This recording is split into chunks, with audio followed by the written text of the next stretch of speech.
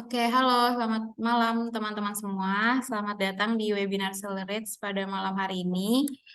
Em, Kali ini kita akan ngebahas atau kita akan diskusi ya, lebih tepatnya diskusi bareng-bareng seputar career opportunity in IT outsourcing. Nah, mungkin aku mau ngucapin terima kasih juga buat teman-teman yang sudah hadir dan menyempatkan waktunya untuk bareng-bareng kita em, ngobrol-ngobrol malam hari ini.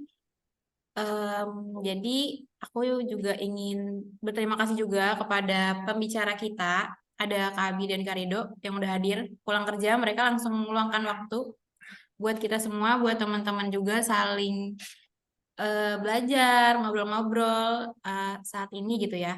Mungkin sebelum mulai, aku dari 60 orang yang sudah hadir di dalam Zoom ini, aku mau menyapa teman-teman semua. Boleh dong, aku mau tahu teman-teman sekarang lagi sibuk apa, atau teman-teman lagi berkegiatan apa. Boleh di-share ke kita di kolom chat, supaya kita tahu nih teman-teman lagi mau ngapain gitu. Atau teman-teman juga bisa reaction juga, supaya aku pengen lihat aja antusias dari teman-teman di sini kayak gimana. Nah, sambil aku nunggu, jadi seperti yang tertera di layar ya, kita akan ngebahas seputar karir, terus peluang berkarir, jenjang karir di IT outsourcing seperti apa. Terus nanti kita juga ada pengenalan tentang salary rates. Mungkin banyak juga nih teman-teman yang bertanya ke Mimin di sosial media ya, Kak, salary rates itu eh, bidangnya apa sih gitu. Salary rates itu ngapain aja orang-orangnya, kerjanya gimana, terus kalau mau masuk di Cellreds kayak gimana. Nah, itu akan dibahas juga di webinar malam hari ini karena akan ada infoloker juga untuk posisi tech dan non-technya. Selanjutnya, em, beberapa materi nanti detailnya akan dijelaskan oleh dua pembicara kita. Nah, tapi aku mau tahu dong dari teman-teman gimana antusiasnya. Kesibukan saya saat ini sebagai web developer yang lagi cari opportunity baru. Tuh, pas banget. Mungkin nanti kalau ada yang cocok di Celebrates, kalau mau join bisa. Nanti ada info lokernya akan di-share. Kalau Kak, aku antusias banget. Iya, harus antusias karena ini seru banget. Dan ada juga gift voucher, GoPay, senilai 150.000 untuk teman-teman yang aktif nanti. Nanti kita pilihnya bareng-bareng sama dua pembicara kita. Oke, kalau gitu aku mau menyapa dua pembicara kita ya. Yang pertama ada Kabi. Halo Kabi. Halo, Kak Azra. Thank you buat teman-teman semua yang udah join. Sebelumnya selamat malam semuanya. Perkenalkan, saya Abi dari tim Accelerates. Thank you semuanya ya. Boleh dilanjut, Kak Azra.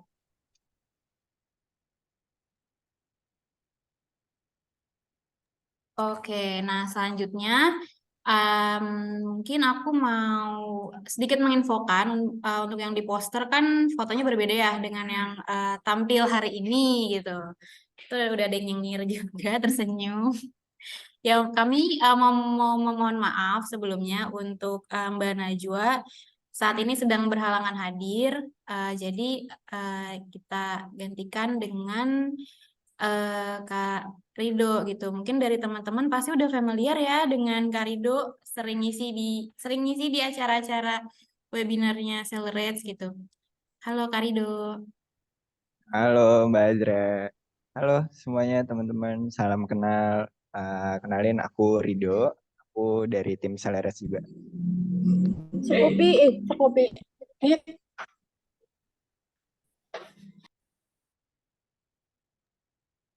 Oke, kalau gitu kita bisa langsung kita mulai aja ya untuk webinarnya malam hari ini. Aku mau share screen dulu. Nanti boleh dipersilakan dari Kak Abi dulu atau dari Kak Rido silakan. Sebentar aku share screen dulu ya.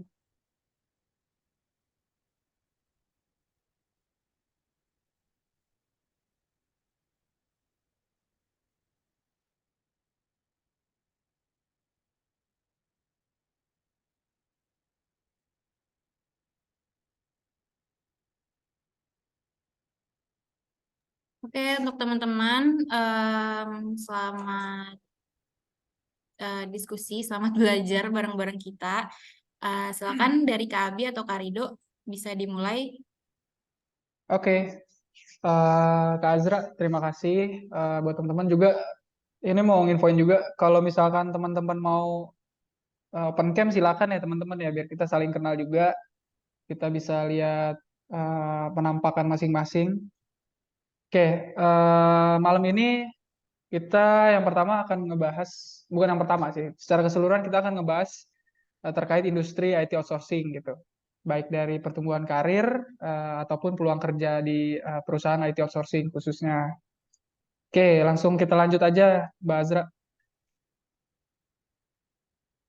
Nah, ini ada foto saya sama pengalaman bekerja saya.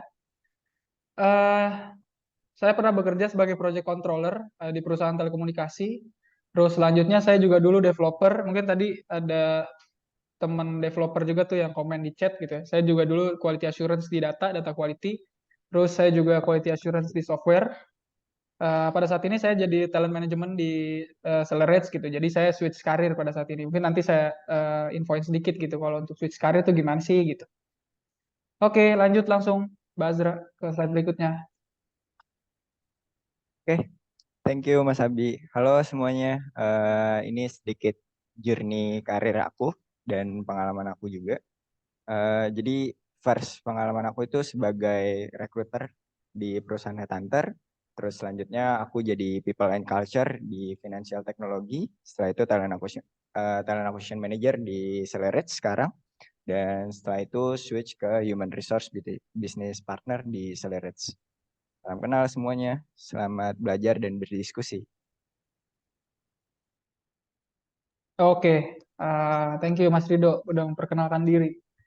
Sekarang kita masuk ke yang pertama ya. Kita bakal ngebahas dulu nih terkait apa itu definisi dari outsourcing dan IT outsourcing. Mungkin sebenarnya sama aja secara bisnis, tapi lebih spesifik aja gitu kalau IT. Resource-nya tuh orang-orang IT lah gitu, developer-developer ataupun kayak non IT-nya tapi tetap di bidang IT kayak technical writer misalkan kayak gitu. Nah, untuk lebih detailnya kita lanjut ke slide berikutnya mungkin boleh. Oke, di sini secara definisi kita akan ngebahas dulu dari outsourcing, di mana outsourcing itu sebuah perusahaan yang menyediakan layanan ataupun solusi untuk klien ataupun customer gitu ya, kita nyebutnya klien gitu, atau organisasi lain dengan cara mengambil alih ataupun mengontrak sebagian dari fungsi pekerjaan tertentu yang biasa dilakukan oleh sebuah perusahaan ataupun organisasi tersebut. Nah, outsourcing ini seperti kayak pihak ketiga gitu. Kita menyediakan resource di mana ketika ada perusahaan yang membutuhkan resource di bidang IT khususnya ataupun non IT gitu. Nah, kita bisa nge-provide dari resource-resource yang dibutuhkan tersebut. Dalam konteks outsourcing, perusahaan yang memberikan layanan ini sering disebut sebagai penyedia jasa. Nah, outsourcing itu adalah penyedia jasa pihak ketiga untuk perusahaan. Jadi kayak apa ya? Kita tuh pihak ketiga dan kita dikontrak untuk memberikan jasa kepada perusahaan yang membutuhkan gitu. Lanjut, yang kedua ada secara spesifik dari IT outsourcing.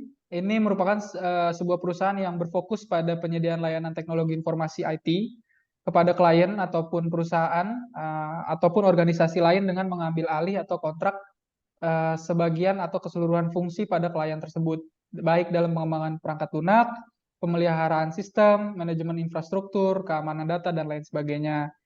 Nah, di perusahaan IT outsourcing ini lebih lebih apa ya? Lebih memfokuskan kepada developer-developer IT dengan keahlian dalam berbagai aspek teknologi baik dari software ataupun data dan sumber daya manusia yang lebih terlatih untuk memberikan layanan ini kepada klien kita atau klien dari perusahaan outsourcing tersebut gitu.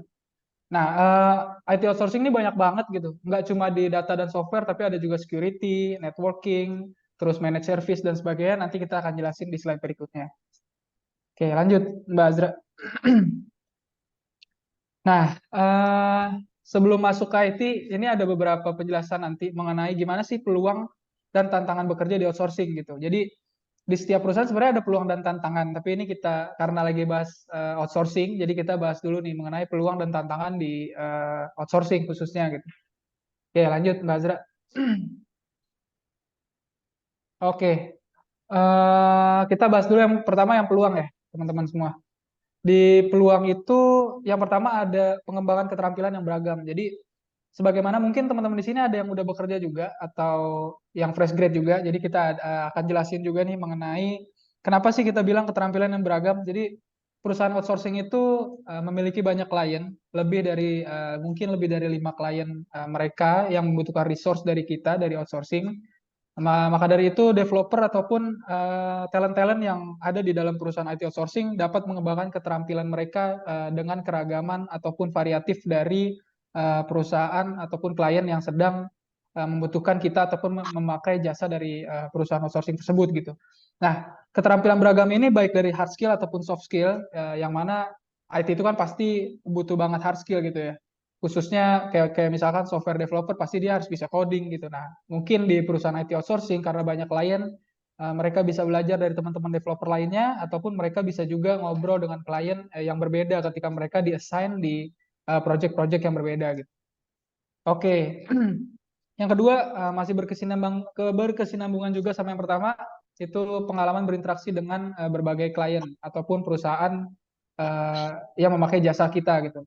Nah, ini tuh berinteraksi baik dari ini tuh pasti banyak mengasah gitu ya, baik dari sisi komunikasi, soft skill mereka dalam manage waktu dan sebagainya itu pasti akan menambah pengalaman teman-teman semua nih gitu. Baik dari hard skill ataupun soft skill. Khususnya dari hard skill IT pasti akan sangat berkembang. Apalagi kita di sini banyak banget developer. Yang pasti kalau di perusahaan IT outsourcing itu banyak banget developer dengan macam-macam skill mereka ya. Dengan teman-teman yang junior, middle ataupun yang udah ternyata udah expertise lebih dari 10 tahun itu juga ada gitu. Jadi mereka bisa saling sharing, ada sharing session ataupun mereka bisa diskusi terkait tools apa aja sih yang mereka bisa gitu. Oke, selanjutnya ada potensi karir yang lebih luas dari segi teknis dan non teknis. Nah, ini kita yang ketiga nih ngebahas tentang karir gitu. Kenapa kita bilang potensi karir ini pasti lebih luas? Contoh misalkan kayak gue QA gitu. Gue di-assign di perusahaan misalkan banking. Nah, ketika gue jadi QA ternyata di sana ada kebutuhan opportunity dari bisnis analis ataupun sistem analis dan gue tertarik di bidang itu gitu. Gue tuh bisa mendiskusikan itu dengan klien ketika mereka membutuhkan, terus ternyata mereka nganggep gue tuh capable untuk ke bisnis analis misalkan. Nah, bisa tuh nanti tiba-tiba kita di switch dari perusahaan si outsourcing ini, kita di switch untuk kebutuhan bisnis analis tersebut, itu bisa banget. Atau kita juga, oh kerjaannya dikit nih, udah boleh deh dua-duanya, boleh silakan gitu. Jadi kita mendapatkan banyak ilmu dari klien tersebut, baik dari karir kita ataupun ilmu kita. Yang pasti karir itu akan terus naik ya, baik dari outsourcing ataupun nggak outsourcing, pasti akan naik kalau kita terus fokus dan belajar di bidang yang kita ingin geluti. Terus selanjutnya, memperluas jaringan ataupun koneksi di dunia pekerjaan profesional. Nah, ini ketika kalian jadi talent di perusahaan IT outsourcing, itu pasti kalian akan memperluas jaringan kalian ketika kalian di-assign di perusahaan yang memakai jasa perusahaan outsourcing tersebut gitu. Nah, eh, misalkan kalian nih kerja 3 tahun di perusahaan outsourcing itu nggak mungkin kalian mungkin sih, tapi sepertinya nggak mungkin gitu kalau kalian cuma di-assign di satu perusahaan aja gitu. Nah, kalian tuh akan desain kedua perusahaan atau 3 perusahaan itu akan lebih memperluas jaringan koneksi dalam dunia pekerjaan tersebut gitu. Nah, yang terakhir itu ada pertumbuhan karir. Pertumbuhan karir ini dari segi apa ya? Misalkan kalian mau jadi senior gitu, itu bisa banget. Misalkan kalian bekerja udah 5 tahun, nanti di perusahaan outsourcing tersebut karena kita istilahnya adalah menjual jasa ke perusahaan gitu ya. Nanti kita awalnya junior bisa kita jual jadi senior dan di sana mungkin karir mereka bisa melonjak tinggi jadi engineering manager, kita nggak ada yang tahu. Jadi setiap perkembangan keterampilan ataupun dari semua peluang ini summary-nya adalah IT outsourcing memberikan peluang yang luas untuk teman-teman yang mau menggeluti bidang IT gitu. Oke, lanjut ke tantangannya. Yang pasti ada peluang, ada tantangan gitu ya. Di semua perusahaan pasti ada tantangannya juga. Yang pertama itu di perusahaan outsourcing karena kita dedikasi untuk klien ataupun untuk perusahaan yang memakai jasa kita. Jadi kita tuh pasti melatih konsistensi dan manajemen waktu kita untuk mengikuti kebijakan ataupun term and condition si klien gitu. Jadi, oh misalkan mereka tasnya banyak banget, kita harus ngerjain itu dalam waktu 1 bulan. Nah, itu pasti akan melatih kalian tuh manage waktu, gimana ngerjain, gimana ngodingnya, gimana untuk nge-QA-nya dan sebagainya. Itu pasti akan ada banyak diskusi dan memberikan ilmu buat teman-teman semua. Jadi tantangan ini sebenarnya juga bisa jadi sisi positif ya, tergantung teman-teman ngelihatnya dari sisi yang mana nih gitu. Terus yang kedua, menjaga kualitas pekerjaan secara profesional itu udah pasti karena yang pasti di perusahaan yang memakai jasa outsourcing ataupun resource itu pasti mereka sangat kompetitif terhadap talent-talent yang ada di sana. Jadi kalian harus menunjukkan bagaimana kualitas kerja kalian secara profesional ketika kalian di-assign ke sebuah perusahaan gitu. Terus yang ketiga, mempelajari dan memahami manajemen project pada setiap perusahaan. Nah, ini khususnya mungkin teman-teman yang udah kerja di bidang IT ada yang tahu mengenai project base pasti. Nah, ini tuh ada apa ya? Ada pengetahuan yang mengenai timeline-nya, terus project chapter dan sebagainya itu bisa kalian pelajari di perusahaan ketika kalian di-assign nih ke project gitu ataupun ke sebuah perusahaan yang membutuhkan solusi misalkan. Jadi kalian desain ke sebuah project untuk menyelesaikan solusi migrasi cloud misalnya. Nah, itu kalian akan memahami tuh gimana manajemen projectnya dan lain-lain. Yang mungkin kalian nggak bisa dapetin ketika kalian jadi developer di perusahaan in-house gitu karena kalian udah ngikutin sistem yang dibuat sama engineering manager kalian misalkan. Nah, terus yang keempat ada adaptif terhadap ilmu baru dan budaya baru. Nah, ini udah pasti sih seharusnya karena ketika kalian desain ke perusahaan A misalkan, terus kalian misalkan selama 1 tahun gitu, kalian dapat kontrak selama 6 bulan ke perusahaan A, nanti setelah 6 bulan itu kalian dipindah ke perusahaan B. Nah, itu udah pasti kan kalian akan adaptasi nih terhadap ilmu baru. Misalnya di perusahaan A, kalian ngedevelop aplikasi menggunakan bahasa Java gitu. Terus tiba-tiba dipindah nih ke perusahaan selanjutnya dan kalian memang tertarik banget nih ke bahasa misalkan Golang gitu. Jadi kalian akan adaptasi terhadap ilmu baik dari sisi hard skill ataupun soft skill dan budaya perusahaan yang baru. Jadi kalian bisa tahu nih gimana sistem kerja di perusahaan itu, bagaimana berjalannya bisnis di perusahaan tersebut. Kalian juga bisa belajar mengenai skill-skill yang ada di perusahaan itu gitu. Yang terakhir ada menjaga komunikasi efektif. Ini udah pasti karena kalian dituntut untuk menjaga customer satisfaction ataupun requirement lah dari perusahaan yang akan desain gitu. Jadi kalian harus menjaga komunikasi yang efektif, gimana caranya tetap menjaga hubungan yang baik dengan klien, dengan user gitu. Jadi kalian tetap lancar di karir kalian, tetap lancar juga di ilmu kalian. Jadi komunikasi ini sangat penting dan di IT outsourcing ini memberikan kalian lebih belajar lagi menjaga komunikasi yang efektif gitu. Oke, kita lanjut dulu ke slide berikutnya. Nanti kalau ada yang mau tanya, silakan ya teman-teman. Kalau ada yang mau nanya di tengah-tengah, intro di tengah-tengah juga silakan gitu. Nggak kaku-kaku amat lah. Terus kita ngebahas sedikit nih mengenai perbedaan perusahaan outsourcing dengan in-house gitu. Seperti yang tadi udah aku jelasin, kita akan ngebahas nih mengenai detailsnya. Oke, lanjut, Mbak Azra. Nah, perusahaan outsourcing yang pertama ini yang pasti kita layanan pihak ketiga gitu. Jadi ataupun pihak kedua lah gitu. Jadi kita nggak ada di bawah perusahaan itu langsung, tapi melibatkan penggunaan layanan IT dari pihak ketiga, ya baik dari berupa jasa gitu ya biasanya berupa perusahaan outsourcing atau penyedia jasa lainnya kayak misalkan rekrutmen proses ataupun nanti ada jasa assessment ataupun ada jasa solution ataupun jasa bootcamp bahkan di bidang IT gitu itu nggak menutup kemungkinan juga untuk outsourcing gitu. Terus yang kedua ada fokus eksternal. Ini yang pasti kalau kalian bekerja di perusahaan outsourcing, fokus utama dari IT outsource adalah memberikan layanan kepada klien eksternal. Jadi kalian dituntut untuk menjaga apa ya kepuasan pelanggan gitu dari perusahaan yang ketika kalian desain gitu. Terus yang ketiga hubungan kontraknya, hubungan antara perusahaan yang melakukan outsourcing dan penyedia layanan berdasarkan kontrak. Sebenarnya ini lebih ke arah perusahaannya. Mungkin dari berapa nih 60-an partisipan yang join di sini ada yang punya perusahaan gitu ya. Jadi ketika kalian memakai jasa outsourcing itu penyedia layanan berdasarkan kontrak ini mendefinisikan baik dari tingkat layanan, biayanya dan tanggung jawabnya itu dari si outsourcing tersebut gitu. Jadi kalian tinggal putus aja udah kita perusahaan ini bayar terus kalian bekerja untuk perusahaan yang membutuhkan jasa tersebut gitu. Nah, yang keempat ini lebih efisien dan ini juga dari sisi perusahaan ya, dapat menghemat biaya dan memungkinkan perusahaan untuk mengakses keahlian teknis yang lebih besar, terutama jika mereka tidak memiliki sumber daya internal IT yang cukup khususnya. Karena kenapa? Karena perusahaan IT outsourcing biasanya mereka tuh punya banyak banget talent pool, mereka punya banyak banget developer yang expertise gitu yang bekerja di bidang IT udah lebih dari 3 tahun, 4 tahun, yang mungkin mereka punya ilmu lebih banyak dibanding teman-teman IT yang ada di internal. Jadi banyak juga perusahaan yang pakai jasa outsourcing gitu. Nah, ini ada yang nanya nih, salaries termasuk outsourcing. Nanti ku jelasin ya di slide berikutnya. Ini kita bahas dari general dulu. Nanti ku jelasin mengenai salaries ya. Oke, lanjut ke Azra. Eh, Oke, ini perusahaan in-house. Perusahaan in-house seperti yang tadi ku jelasin, ini pengelolaannya internal.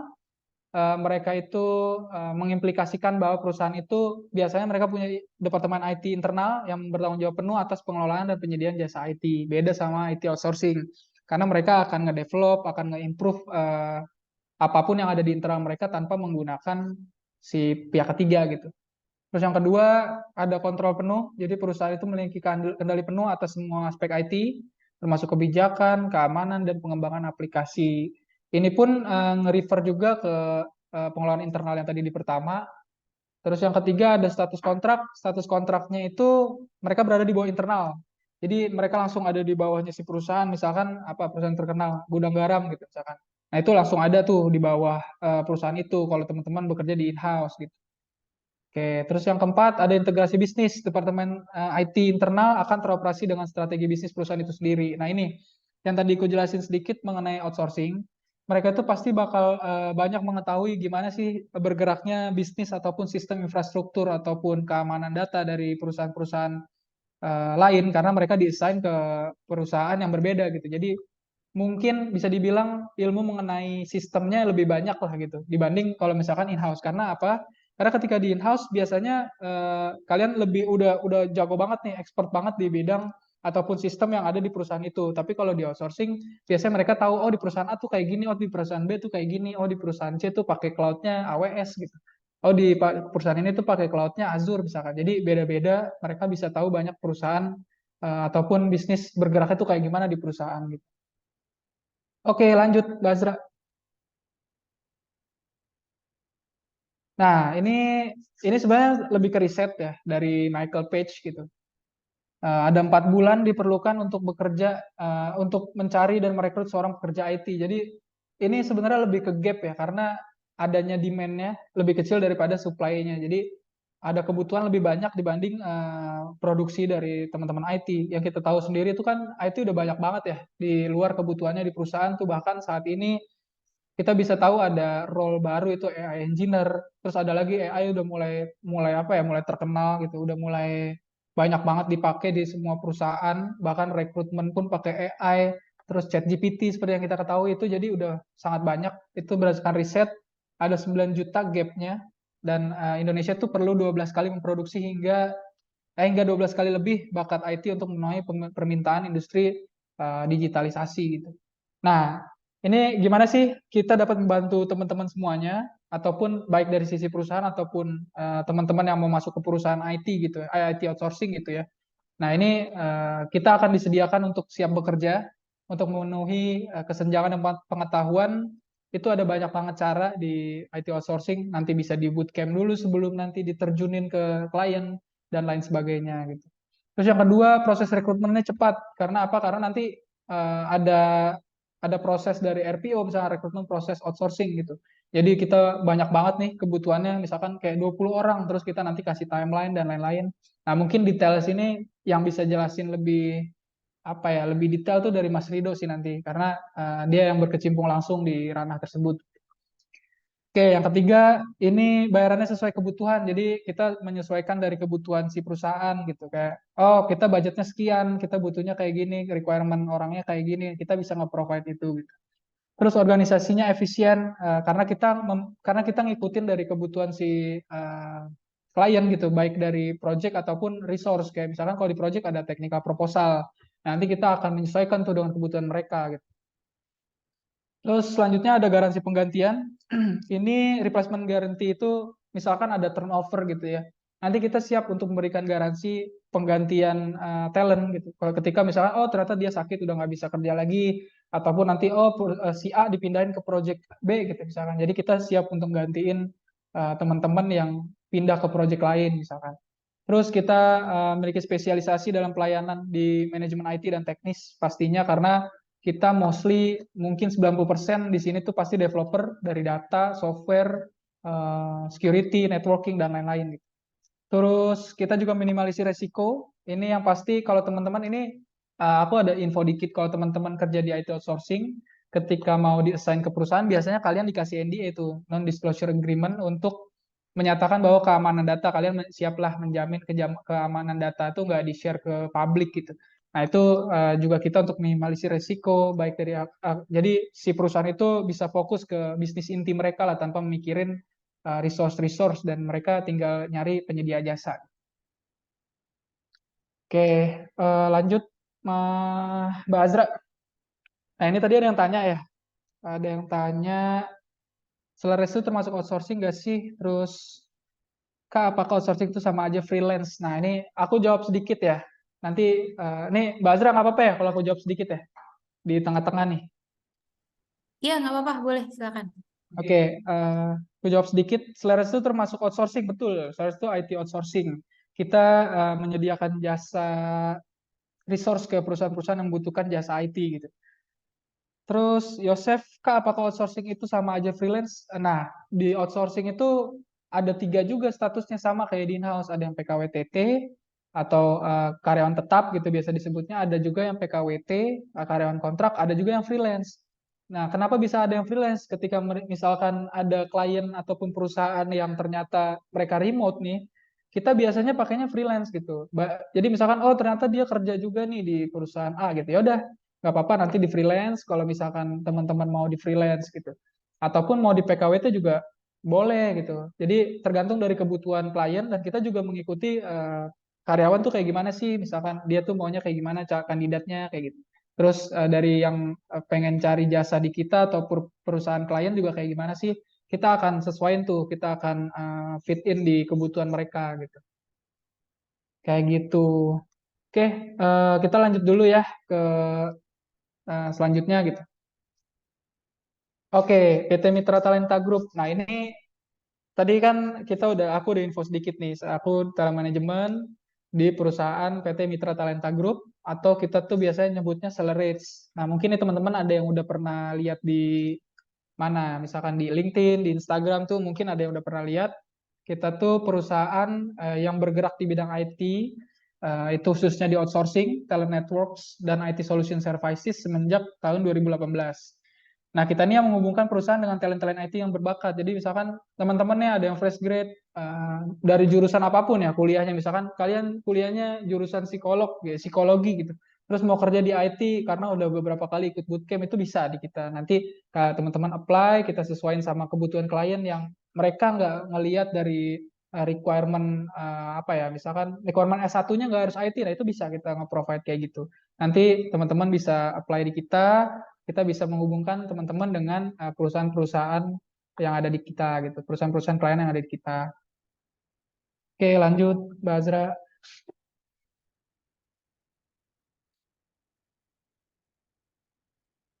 Nah, kita di Accelerate itu ada 3 bisnis unit.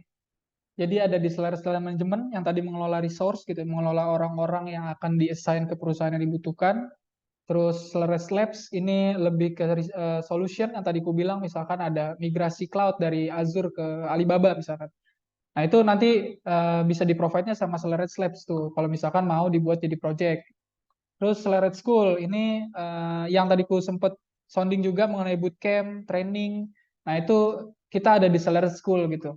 Kalau teman-teman mau bootcamp di data analis misalkan, itu bisa tuh. Kita ada expertise yang jadi trainer ataupun mentor di baik di kampus Merdeka misalkan, ataupun kita ada yang terpisah, kita jalanin bootcamp sendiri itu juga ada. Nanti aku jelasin lebih detailnya di slide berikutnya untuk yang bootcamp.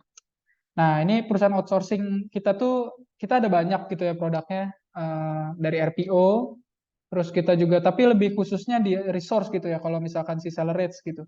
Cuma nggak menutup kemungkinan juga misalkan kalian di sini terus mau dong ngisi bootcamp jadi trainer, itu bisa banget di kita. Oke, selanjutnya Mbak Azra. Kita akan ngebahas nih sedikit produk dari Celeris. Dari ketiga bisnis unit ini, itu ada beberapa produk yang biasa kita tawarkan ke perusahaan ataupun ke calon kandidat karyawan. Gitu.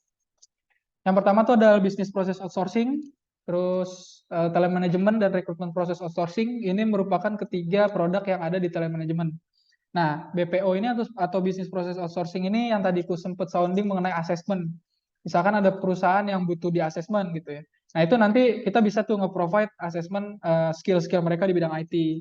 Terus yang kedua telemanajemen. Telemanajemen ini lebih ke resource. Jadi yang seperti outsourcing pada umumnya lah, kita itu di telemanajemen gitu, di produk telemanajemen. Terus yang ketiga rekrutmen proses outsourcing itu lebih ke perusahaan yang membutuhkan banyak banyak rekrut orang. Nah, kita ada tuh nama produknya rekrutmen proses outsourcing.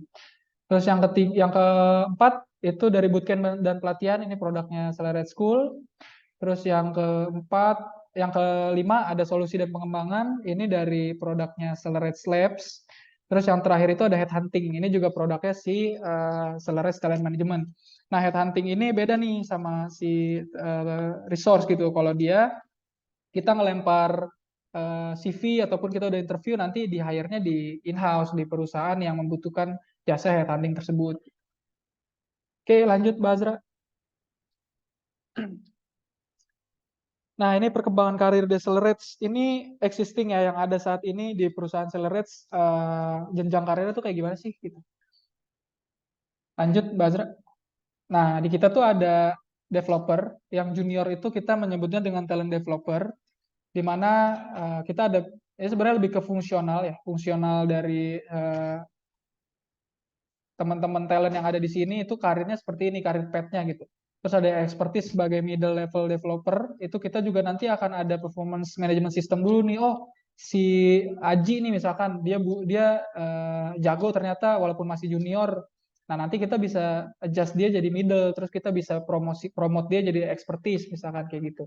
Nah, terus si talent consultant nih yang lebih ke senior, senior developer mungkin di atas 5 tahun, 6 tahun, itu mereka biasanya udah banyak banget megang project. Nah, itu kita jadiin talent consultant untuk dimana junior-junior yang ada di developer tuh bisa konsultasi ke mereka ataupun ke expertise mengenai gimana sih kalau pakai Pentaho tuh caranya gimana sih, nanti boleh dong sharing session. Nah, itu kayak gitu. Jadi di kita tuh tetap ada karir path-nya sama seperti perusahaan-perusahaan in-house yang lain. Oke, lanjut Azra. Nah, ini nih sebenarnya produk Celerex yang paling yang paling powerful kalau menurutku ya. Menurutku sendiri paling powerful karena gratis gitu. Oke, ini aku jelasin ya mengenai CAP itu apa sih. CAP itu program bootcamp yang menjadi sarana untuk mengembangkan potensi lulusan baru ataupun fresh grad di Indonesia ataupun teman-teman yang mau switch karir yang terfokus pada pengembangan IT, baik di bidang data ataupun software. Nah, bootcamp ini berjalan biasanya selama mekanismenya gitu ya. Mekanismenya berjalan selama 3 bulan, 2 sampai 3 bulan. Untuk teman-teman dari luar bisa apply ke sini ketika kita lagi mau buka program CAP. Nanti kita saring lagi, kita filter lagi melalui interview dan sebagainya. Kita lihat teman-teman mana yang antusiasnya tinggi, yang udah belajar, yang kita lihat mereka keinginan belajar dan keinginan terjun ke IT-nya tinggi, kita akan pilih tuh. Nanti kita saring misalkan sebanyak 20 orang gitu.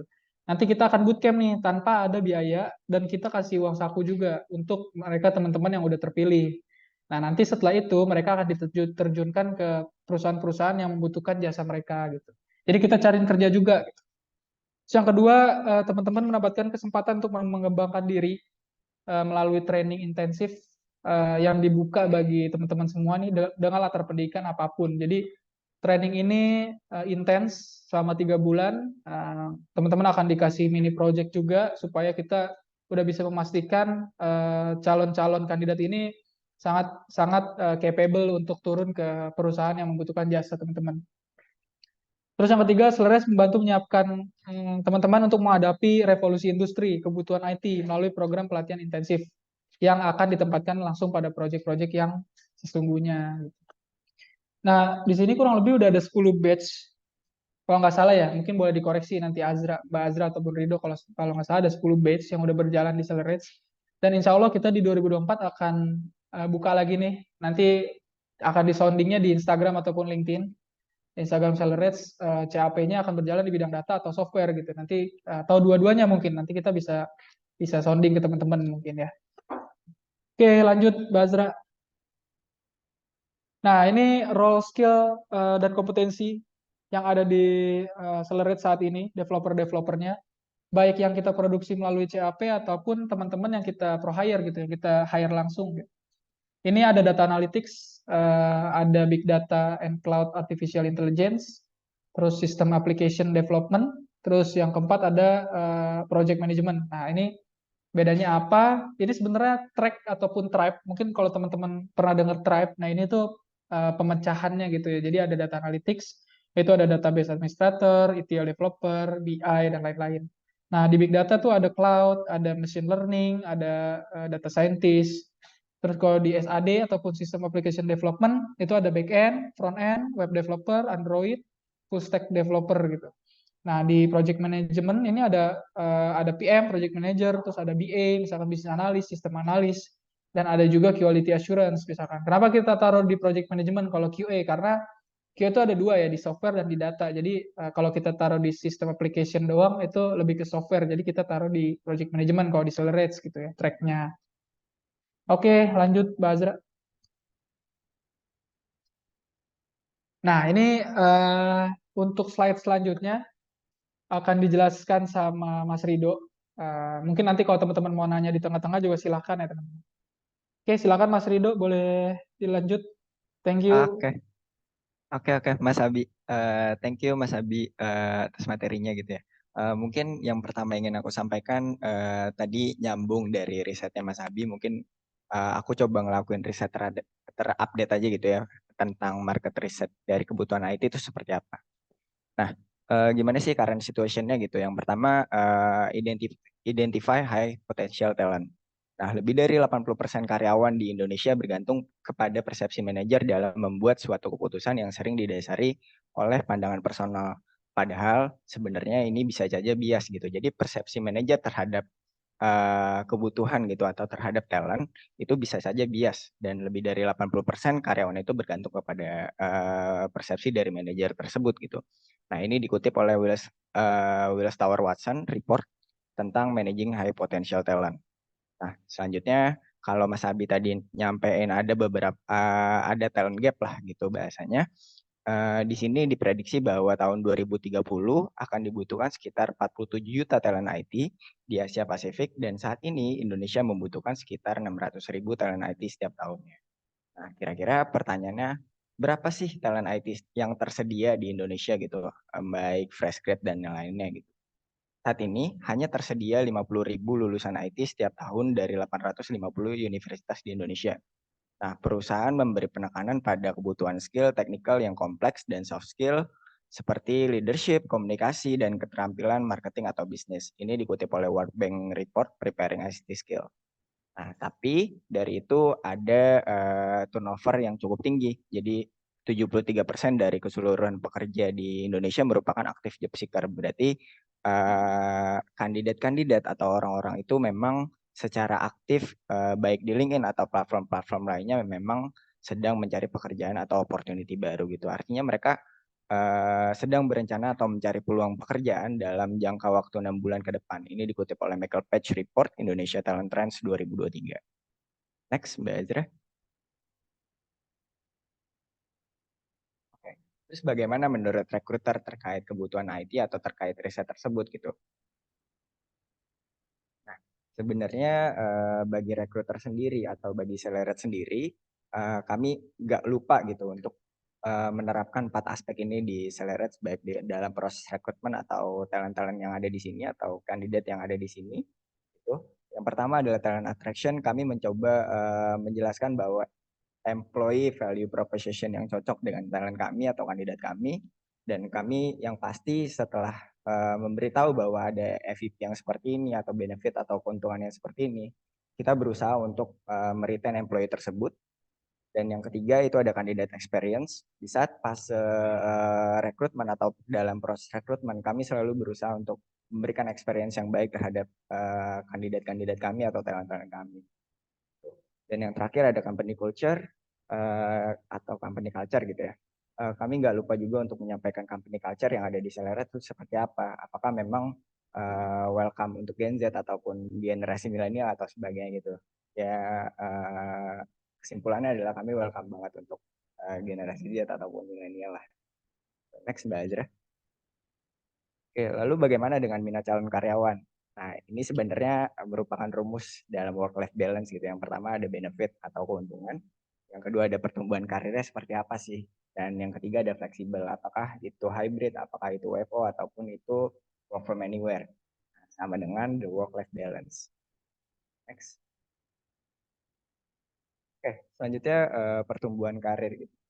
Dalam pertumbuhan karir di perusahaan outsourcing atau Celered atau bahkan IT outsourcing lainnya, sebenarnya sama seperti organisasi lainnya, bahkan itu depends terhadap kalian sendiri atau terhadap banyak faktor gitu. Nah, faktor-faktor di sini termasuk ke dalam keterampilan, kinerja, dedikasi, dan kebijakan perusahaan. Bahkan industri bisnis proses outsourcing atau BPO sendiri adalah industri yang berkembang pesat atau dia fast pace gitu dan menawarkan banyak peluang untuk kemajuan karir dan pertumbuhan pribadi. Namun ini datang dengan tantangan-tantangan sendiri. Jadi mereka punya challenge-nya sendiri seperti jam kerja yang panjang, klien ekspektasi dari klien dan lingkungan kerja yang cepat. Next. Oke. Kalau tadi kita ngomongin pertumbuhan karir atau career growth, aku mau ngasih sedikit tips saja untuk pertumbuhan karir di Celered ataupun mungkin kalian bisa pakai gitu di IT outsourcing lainnya. Yang pertama adalah tetapkan tujuan karir yang jelas. Nah, gimana sih caranya gitu? Mungkin sedikit penjelasan dari aku, cara menetapkan tujuan karir yang jelas tuh kalian mungkin salah satunya kalian bisa mendefinisikan atau mendefine karir pattern kalian atau karir path kalian mau kayak apa sih, kalian tuh sukanya apa atau kalian passionnya di mana gitu. Mungkin salah satu caranya adalah itu. Terus tingkatkan keterampilan Anda jadi kalian tetap continuous improvement gitu dalam skill-skill kalian atau dalam kemampuan-kemampuan kalian. Kayak mungkin kalian bisa ambil kurs atau kalian bisa ambil mungkin training session, kalian bisa ambil seperti itu gitu. Sehingga nantinya kalian tetap bisa update atau mengikuti tren yang ada sekarang gitu, atau mungkin kalian bisa pakai skill-skill atau kemampuan kalian di kebutuhan-kebutuhan ke depannya gitu. Yang ketiga berperilaku proaktif. Jadi kalian harus inisiasi gitu terhadap problem-problem atau mungkin terhadap project-project yang sedang kalian jalani gitu, atau mungkin terhadap pekerjaan yang kalian jalani gitu. Jangan kalian menunggu seseorang untuk datang ke kalian, tapi kalian harus punya inisiasi tersebut gitu. Yang keempat adalah tampilkan keahlian Anda. Jadi tampilkan keahlian Anda itu bukan berarti show off gitu ya. Jadi kalian benar-benar tahu expertise kalian tuh di mana gitu. Terus kalian juga willing untuk mengambil challenge-challenge baru atau project-project baru gitu. Jangan kalian stuck aja gitu dengan project yang kalian jalani sekarang, nggak, karena atas dasar kalian nyaman seperti itu. Dan yang terakhir ada membangun relasi dan komunikasi yang luas. Tadi mungkin Mas Abi juga sempat mention juga terkait connection dan relasi gitu. Ini juga merupakan poin penting karena di dalam satu company ketika kalian membangun relasi atau komunikasi yang baik itu terhadap rekan kalian atau college kalian atau kolega kalian gitu, kalian mungkin dari teman-teman kalian itu bisa mensupport terhadap karir growth kalian atau pertumbuhan karir kalian. Next. Terus proses rekrutmennya seperti apa sih kalau di IT outsourcing atau di Celered ini? Pasti banyak yang bilang banyak yang punya persepsi atau perspektif seperti karena kita bisnisnya ke klien atau karena kita pass-through-nya ke klien atau kita kirimnya ke klien gitu, atau kalian nanti kerjanya ke klien, pasti kalian bingung nih, ini complicated banget, ini slow pace banget gitu, atau mungkin ini lama banget prosesnya gitu. Nah, tapi jangan salah dulu teman-teman. Boleh di next Kak Azra. Jadi secara proses memang dari outsourcing atau dari IT outsourcing itu ke klien. Setelah itu dari ke klien baru onboard. Nah, di outsourcing ini sebenarnya apalagi di Celered sendiri dari proses rekrutmen kita yakin bahwa proses rekrutmen kita itu screening dan apa yang kita screening itu memang sudah talent-talent yang memang sesuai dengan requirement atau kebutuhan-kebutuhan dari pihak klien kami. Dan setelah itu kami berusaha secepat mungkin untuk mengirimkan ke klien yang memang butuh sesuai dengan role-nya gitu ya. Nah, di klien itu ada proses yang namanya technical test atau mungkin seperti psikotes atau mungkin technical interview gitu. Jadi mungkin mostly kebanyakan proses rekrutmennya ada di klien gitu karena memang dari pihak kami sebagai pihak ketiga gitu kami berusaha untuk menyesuaikan dengan kebutuhan klien gitu. Setelah itu barulah onboard di kami ataupun di klien. Next, belajar. Terus kalau kita udah ngomongin career growth, kita udah ngomongin tips and trick, sebenarnya job vacancy apa sih yang ada di Celereds gitu? Opportunity apa nih yang ada di Celereds? Nah, jadi opportunity yang ada di Celereds mostly kita white collar, karena memang dari awal kita nyarinya white collar, kita nggak nyari blue collar. Jadi yang kita open saat ini adalah data scientist, ini di level middle, dan data engineer di level middle. Ada dev security operation, itu level middle juga. BI analyst, terus ada Power BI developer, ada data mediation, ada backend developer untuk framework Node.js, junior, backend developer Java, middle, mobile developer middle, SDAT middle, project manager middle, .NET Core, itu junior to middle, backend developer Java junior, dan yang terakhir ada database administrator. Nah, ini terbuka banget untuk kalian yang fresh grad ataupun kalian yang merasa, aku tuh sekarang ada di level junior gitu, tapi aku yakin bahwa skill aku ada di level middle. Itu nggak apa-apa, coba kalian approach aja ke kami akan coba proses kalian gitu. Boleh di next, Mbak Ezra. Terus kenapa sih harus bergabung sama Celereds gitu? Benefit dan challenge-nya apa sih gitu? Yang pertama, kita punya banyak pengalaman dalam industri karena so far klien kami itu ada banyak macam industrinya, ada variety of industrinya dan juga variasi of project-nya. Jadi kalian punya too much experience for industri dan project. Jadi nggak cuma stuck di satu project dan industri aja gitu. Terus kalian juga punya kinerja teknis tingkat tinggi gitu. Jadi kita tuh punya beberapa expertise gitu atau banyak expertise yang bisa ngajarin kalian atau yang bisa sharing knowledge ke kalian gitu. Terus yang terakhir, yang jelas kami juga punya package salary yang kompetitif. Jadi kalian nggak usah takut apakah nanti outsourcing gajinya kecil gitu, apakah nanti package salary-nya cuma itu-itu aja. Nggak. Dan challenge-nya apa sih? Nah, ini yang pertama adalah kontrak berbasis project. Tadi Mas Abi juga sempat ngejelasin project base. Nah, ini terkait kontraknya nih. Kontrak project base itu biasanya 3 sampai 6 bulan gitu. 3 bulan sampai 6 bulan. Setelah itu kita nggak tahu kan, kita worry diperpanjang atau enggak gitu. Tapi tetap aja diperpanjang atau enggaknya itu pasti based on performance review atau based on performance appraisal. Jadi apakah nanti kalian well perform atau underperform itu kita mengambil penilaian dari pihak klien dan juga pihak kami gitu. Jadi kalau ditanya possibility-nya atau chance-nya ada nggak sih? Ada banget gitu. Dan selanjutnya ada teknologi dan alat. Jadi challenge yang kedua itu kalian berusaha untuk adaptasi di berbagai bidang teknologi dan juga alat yang memang digunakan oleh klien-klien kita atau perusahaan-perusahaan lain gitu. Jadi kan setiap industri atau setiap perusahaan itu pakai teknologi yang berbeda gitu. Jadi kalian harus berusaha adaptasi. Yang ketiga ada client expectation atau harapan dari klien. Pasti ada juga beberapa klien yang kiranya, gue maunya lu kayak gini, gue maunya lu harus bisa kayak gitu. Terus yang terakhir ada sensitivitas budaya. Jadi seiring berjalannya proyek kalian atau kalian berpindah-pindah proyek atau berpindah-pindah industri gitu, biasanya itu punya culture yang berbeda-beda. Jadi nggak semua perusahaan atau nggak semua industri itu punya culture yang sama. Itu biasanya kalian kalau Gen Z mungkin bilangnya culture shock gitu ya. Oke, next Mbak Azra.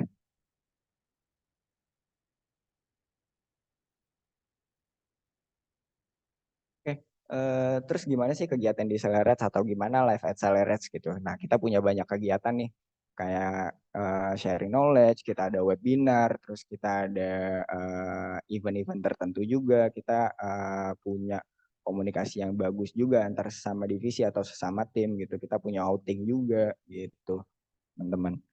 Oke, boleh di next, Mbak Azra. Oke, ini adalah event yang nantinya akan kita adakan di Celerets gitu ya, Celerets Hiring Event namanya. Jadi kenapa sih Celerets Hiring Event? Mungkin karena aku sebagai event owner, jadi Celerets Hiring Event ini ada atas dasar kita perlu interaksi secara langsung, kita perlu tahu seperti apa sih talent-talent kita, seperti apa sih skill dan kemampuan talent-talent kita secara langsung gitu.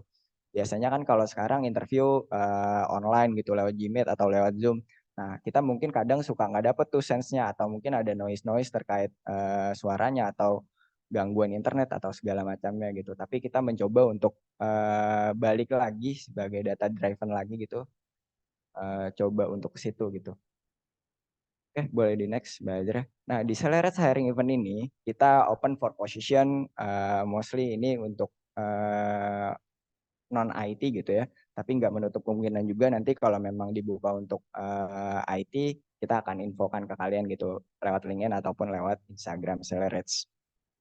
Open for positionnya itu ada sales lead, ada account manager, account eksekutif, ada business development support, ada talent acquisition specialist, dan yang terakhir HR generalis. Nah, untuk interviewnya itu diadakan offline di tanggal 15 sampai 20 November 2023 untuk jamnya jam 10 sampai jam 16. Tuh.